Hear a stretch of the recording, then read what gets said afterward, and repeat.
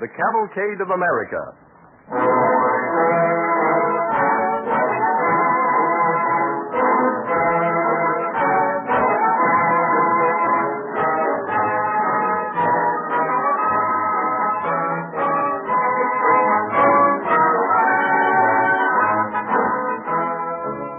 No history of a nation would be complete without a record of the growth of its industry, the shops and factories and laboratories that lend wings to the progress of a people.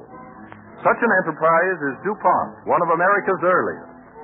As you listen on Wednesday evenings at this time to the Cavalcade of America presented by DuPont, we hope that you will give a thought to the pioneers of American industry, as well as to the pioneers in all other fields of endeavor. And the spirit of progress so clearly shown in these stories is the thing that inspires DuPont chemists to fulfill their pledge, better things for better living through chemistry. At the very end of this program, we have a special announcement for school teachers which may help them in their work.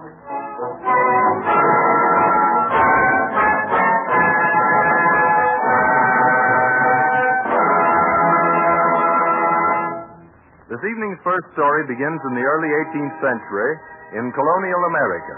Our Cavalcade Orchestra plays an English dance which is characteristic of that day. The country dance from the Nell Gwynn Suite by Edward German.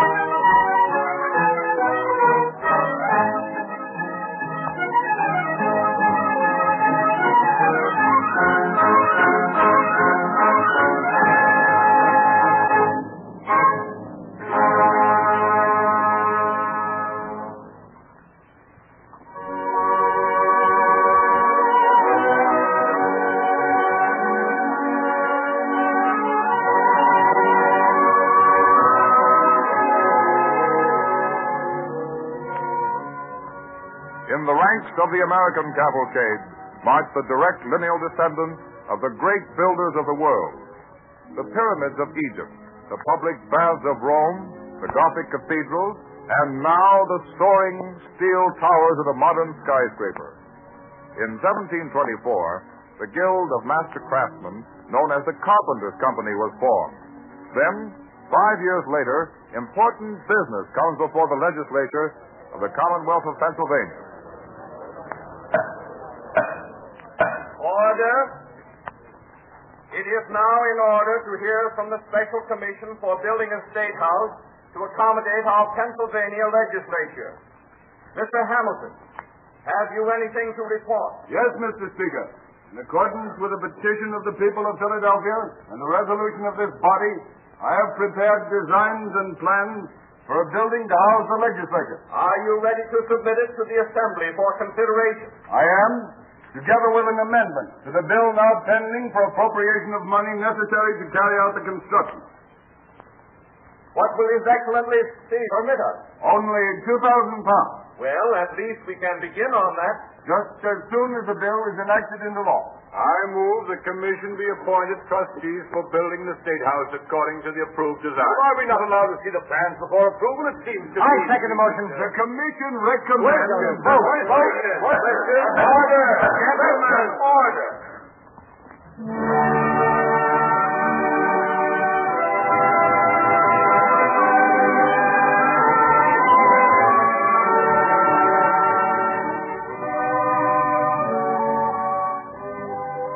On May 10, 1729, the law was enacted authorizing the construction of that group of stately buildings in Philadelphia, later known as Independence Hall.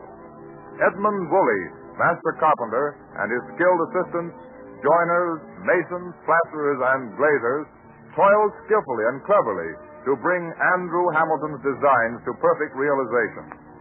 But not until 7 years later is the new State House far enough advanced to begin playing its celebrated part in the history of our nation.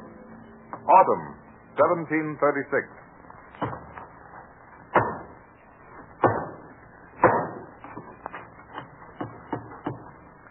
Mr. Woolley, sir. Yes, Tyson. Is it finished? No, sir. There's one more nail. Drive it home. I thought it'd be more fitting, sir, for you to be the one to do that. Why does thee think that? When this nail is home, the new State House will be ready for the legislature. After so many years, the honor should be yours. Oh, vanity, Tyson, sheer vanity. But give me thy hammer. Here you are, sir.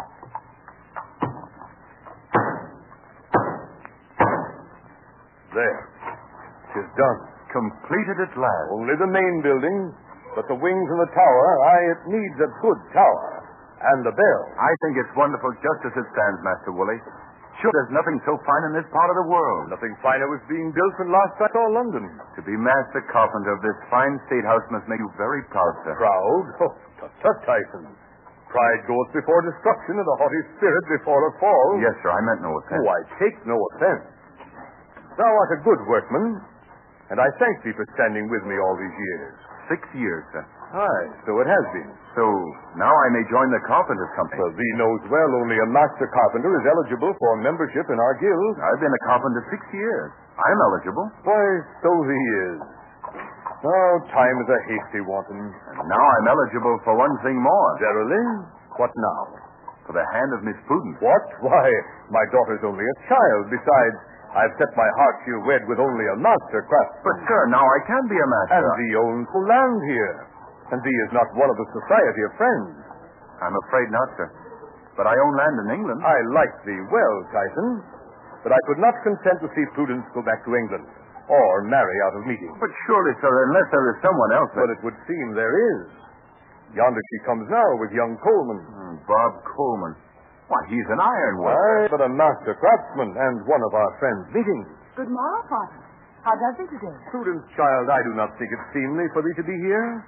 Soon there'll be a great crowd of people coming to watch the first sitting of the legislature here. Their first assembly in thy building, and thee expect me to stay away? Oh, Father, I hope I have more duty to thee than not see so good a sight. Such Prudence, I fear the duty is to thine own curiosity. How does thee, Robert? Oh, well, I thank thee. Thee knows Tyson. Oh, we've met before. Your servant, sir. We're just in time, Robert. Here come a lot of people.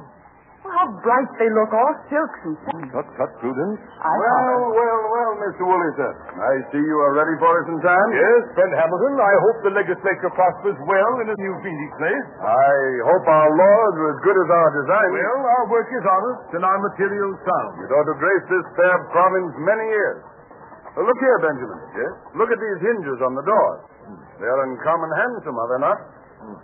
They are more, Mr. Hamilton. They are uncommon strong. This Pennsylvania iron will make more than hinges. I do not follow you, Benjamin. We may not see it, but someday buildings will be made of iron. And wood and brick will only be the ornaments of them. Benjamin, you think too much. Come along in. The members are taking their place. Who were those men, friend Tyson? Mr. Andrew Hamilton, Speaker of the Assembly. Whose designs father and thee made into this fine building? Yes. And who was that man who talked of iron? He heard him praise my work? Bah, he trades in words. He is a printer. He's a clerk of the Assembly. A Bostonian called Benjamin Franklin. I would like to talk with him. I would they'd rather talk with me. Come, children, let's go in. This is an important occasion. There will be many words spoken today.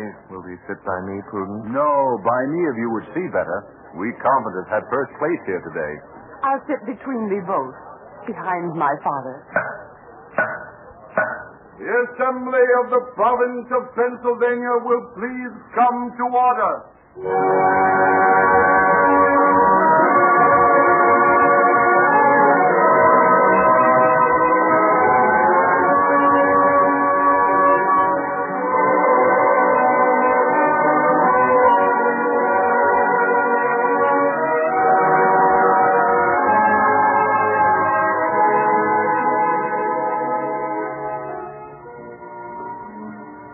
Years passed.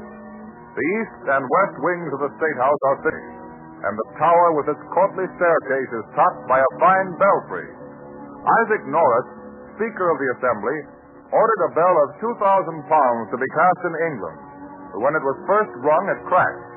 Norris then ordered the metal improved and recast by Pass and Stowe of Philadelphia. In June 1753, the new bell is hoisted into place, and a great crowd has gathered in front of the State House to hear whether a good bell can be cast from the colony. The bell is almost secure in place now. They say it weighs a ton. Is it true that this is the first great bell to be cast in the colony? Yes, Pass and Stowe are the first to try it. Come, Prudence. This way, dear. But he takes me further away from the tower. We can hear the bell better at a little distance. I hope Father can hear it. Oh, I'm sure he can.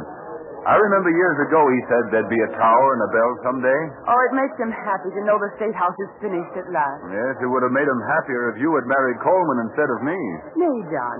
He sees now he owns land here and comes to our meetings. Well, as our iron-making friend Coleman says, our colony is truly a melting pot. Those are strange words friend Norris had cast on the bell. What were they? Proclaim liberty throughout all the land unto all the inhabitants thereof. It's from the Bible, Leviticus 25:10. Isaac Norris is a very pious man. Perhaps he thinks he's a prophet. Oh, they're making signals from the belfry. The bell must be in place. We have a good view from here. Look.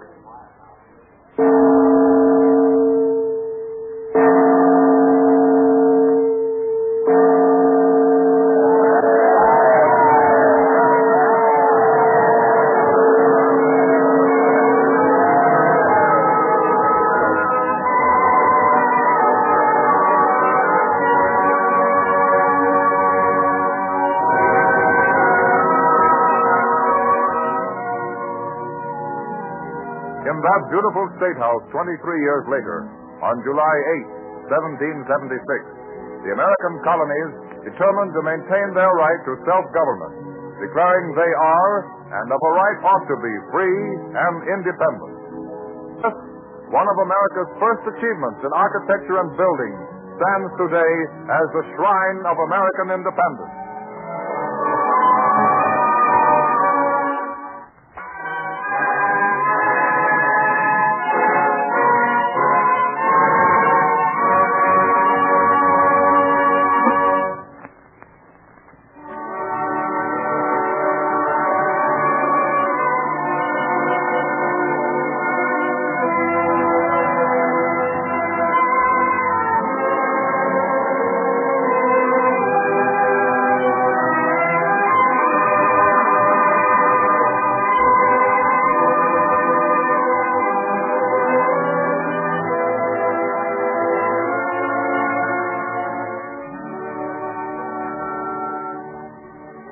Americans are the greatest builders of modern times. The first use of steel frame construction is lost in argument of the past. We know the Tacoma building in Chicago was one of the first. Another was the Home Insurance Building in Chicago, finished in 1885. It was 10 stories high at first. Then they added 2 more just to prove the soundness of the architect's calculations. But the most famous among the first tall buildings still stands on a triangular corner where Fifth Avenue, Broadway, and 23rd Street meet in what was once the crossroads of America. There, in 1902, we find young Tommy Coleman. Extra, all about Teddy Roosevelt using a big stick. Get your paper, Mr. Extra. Here you are, sir. Thank you, sir. Extra, all about Have a hair, boy. Oh, here you are, madam. Thank you. Extra. Here you are, sir. Thank you. Extra, get your paper, Mr. Extra. Paper, boy. Oh, yes, sir. Held the time. I'll take both. Oh, gee, thank you, sir. You're just like Mr. Mundy. He always takes both. Muncie, a customer of yours? Yes, sir. His office is in this building. Windiest corner in New York. Well, it is windy here, all right. You bet it is. Everybody complains about it. Yes, I know. Why don't you take a more sheltered beat? Oh, I like it. I'd rather be right here than anywhere else in the world. Everybody goes by here. This place is famous. Oh, you think so? Think so? Say, mister, don't you know where you are? This is the Flatiron Building. I thought it was called the Fuller Building. Nobody around here calls it that anymore because it looks like a tall flatiron. 20 stories high. A regular skyscraper, ain't it? Why, yes, I guess it almost is. Almost. Say, mister, you ought to see the clouds rushing by it on a stormy day. Then you'd know. You seem to like this crazy building. I do. I saw it go up. I sold papers to all the fellas that worked on it. Someday when I grow bigger, I'm going to build one myself. Oh, you want to be an architect? What, me? Stick indoors over a desk? No, sir, not me. I'm going to be a steel worker. It's the steel gangs that build things like this. By George, you're right. What's your name, son? Tommy Coleman. Do your people live near here? My folks used to live in Philadelphia. Only they don't live anywhere now. They're... I see. Well, we're from the same state. I'm from Lancaster, Pennsylvania, myself. Oh, Pennsylvania does. That's right. But the big cities are the only ones that have skyscrapers. Yes, and we're planning lots of others. Gee, I wish I could get a job working near one of them. I like to see them go up. Well, maybe you can. Here's my card. Come see me at my office. I might help you get a job. Well, thanks. You bet I will, Mr. Dingleberg. That's right. Oh, you're an architect. Yes. Do you know much about skyscrapers? Not much yet, son. I've only worked on one tall one. But there's only the... Say, did you build the Flatiron Building? Well, I used to think so, but maybe now I'd better say I just planned it. You thought of it and figured it all out. Don't forget to look me up, Tommy. Thanks, Mr. Dingleberg. I won't forget. Gee, as if I... He built this. Paper, boy. Oh, yes, sir. Thank you, sir. Extra paper. Get your paper right here on the windiest corner.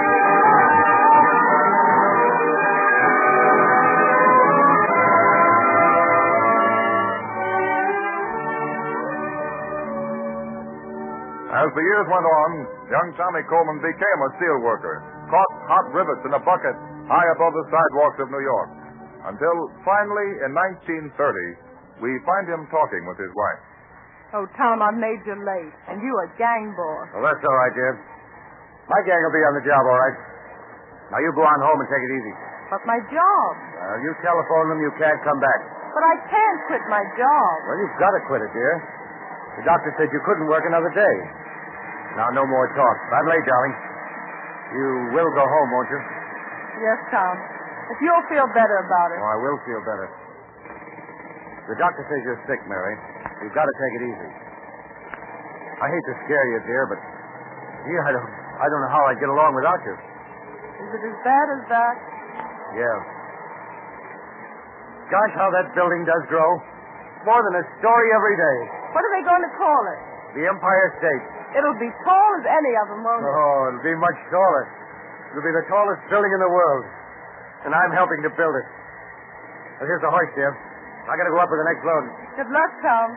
It'll be okay if you do just as I tell you, darling. Go on home and take it easy. I will.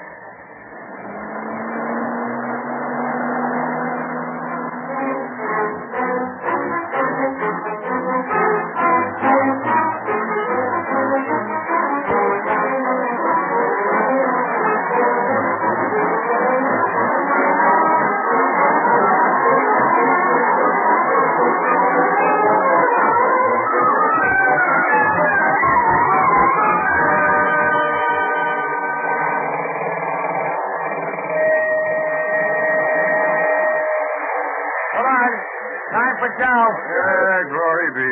Have we got to go all the way down to the 46th floor for a cup of hot coffee? No, they got a cafeteria now in the 64th. But we only put that up the day before yesterday. Well, keep your eye on it, buddy. Maybe Al Smith will have an office there by Monday. Remember when we ate in the first shack? The cafeteria, as the boss calls it. Way back on the 3rd? Yeah, and how we thought we was getting somewhere when we got hot coffee and on the 21st? Yeah. And now look at the blame thing. And we ain't done yet. Say, boys, the steel's coming in from all over the place. From 4 mills. Say, this new lot is from Pennsylvania. Ain't that where you come from, boss? Yeah, my folks have been making iron and steel there a long time. They sure ship it in fast. Right on time to the minute. Well, they better if we're going to make our schedules. All you think of is driving your gang. Ain't we the best gang in New York? Yeah. How about the Eagle Gang? Well, maybe next to the Eagle Gang. Hey, what's got you so set on finishing up this job so quick anyway? We're doing one whole floor a day now. We've got to have this building finished ahead of renting season. Oh, renting season. Is that all that's been worrying you, boss? No, not exactly. As a bonus. Yeah, I guess we could all use that. I got a use for it, all right. Nothing to be gloomy about. Hey, you used to be a cheerful guy. You ain't cracked a smile since the day you was late. Hey, funny you being late. Lord knows you're tough enough on the rest of Hey, us. you better eat more and talk less if you want to get filled up before that whistle. Hot coffee goes pretty good now.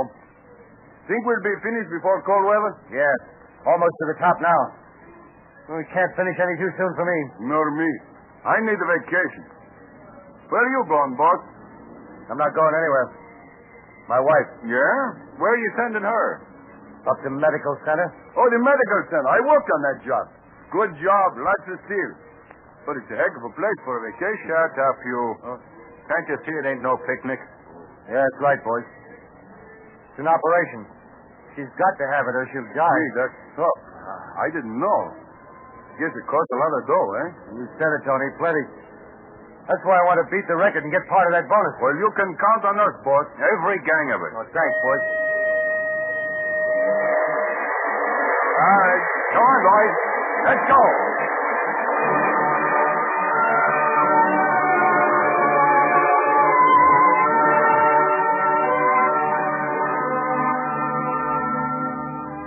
Up they went, 1 story a day, until near the top they reached a speed of 14 stories in 10 days, with the stoneworkers and bricklayers only a short distance below them.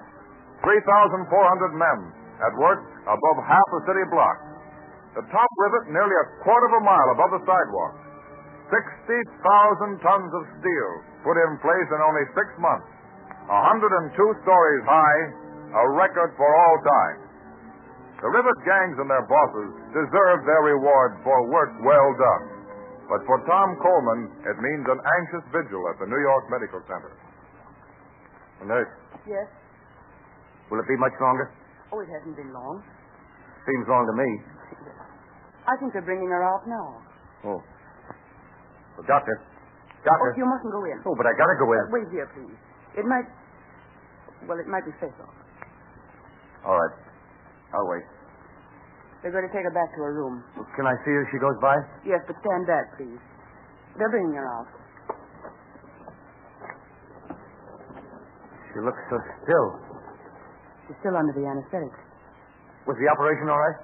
The surgeon's in the operating room. You can ask him. You mean I can go in there? Yes. Doctor.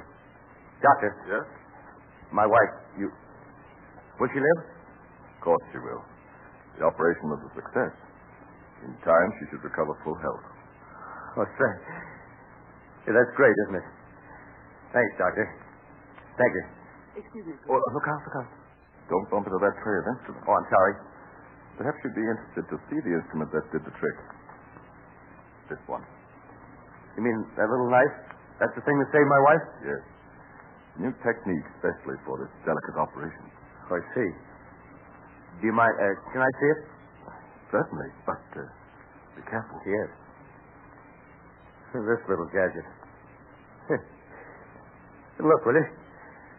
Doggone it, it's made of steel.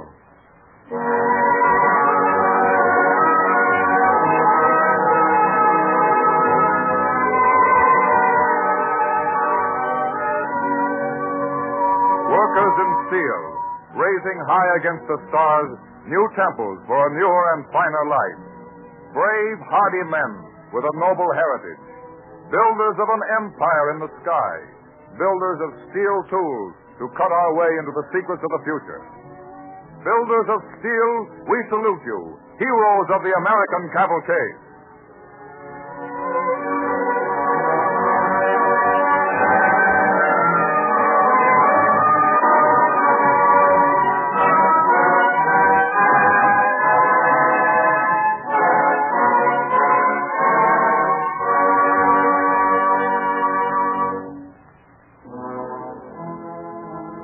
Those of you who have visited New York or have seen pictures of that great example of modern steel construction, the Empire State Building, know how nobly it stands, gleaming against the sky. The shining metal used on the outside of the Empire State Building is stainless steel, an alloy of steel with a high amount of chromium in it. And one reason why it has such a smooth, mirror-like surface is that it was pickled after the steel was rolled into sheets. Now, most of us think of pickling as something connected with onions or cucumbers or pig's feet. But the word has an important meaning in the iron and steel business, in fact, in all metal manufacturing. It describes the process by which metal objects are cleaned of the scale and rust that accumulates on their surfaces during the earlier stages of manufacture. This is important, not merely for the sake of appearance and to make it possible for the metal to take a finish, but especially to prevent corrosion and wear. Before the year 1800, when the chemistry of metallurgy was relatively undeveloped, fermented barley water was used for this cleaning purpose, and it took a long time. Then someone started to use acids, and today various acids, sulfuric, muriatic, nitric, and hydrofluoric, are used, each having its special place and use. Most iron and steel is pickled with sulfuric acid. The stainless steel we just spoke of is pickled with a mixture of these acids. Now, in a great skyscraper, all of the galvanized piping and conduits, all of the copper and brass, the iron stairways, and the steam radiators, not to mention all of the metal furniture in the offices, have to be pickled before they're finished for use. Steel auto bodies, which have to be smoothed to take a fine finish, are another example of pickling. And I'm sure you've all seen suspension bridges, like the famous George Washington Bridge, with their great cables of wire rope. This wire rope is galvanized, too. And before it can be galvanized, it must undergo a pickling process. The acids I mentioned a short while ago are simply names to most people, but now we see how important they are to industry and to building. These acids are made by DuPont and supplied to industries the country over. The story of their usefulness serves as a good example of DuPont's phrase, better things for better living through chemistry.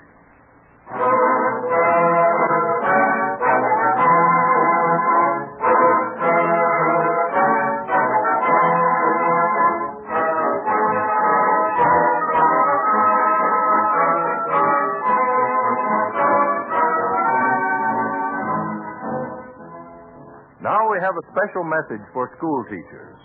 So many teachers of history and English and dramatics, as well as principals of schools, have written us about the interest they and their pupils take in the Cavalcade of America and how helpful the programs are in connection with classwork in these subjects, that we shall call attention from time to time to forthcoming broadcasts.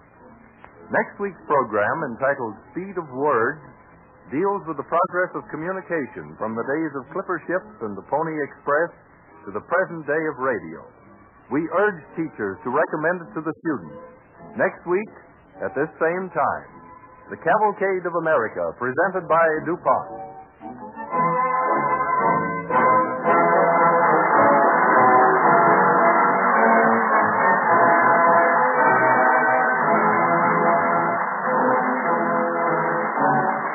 This is the Columbia Broadcasting System.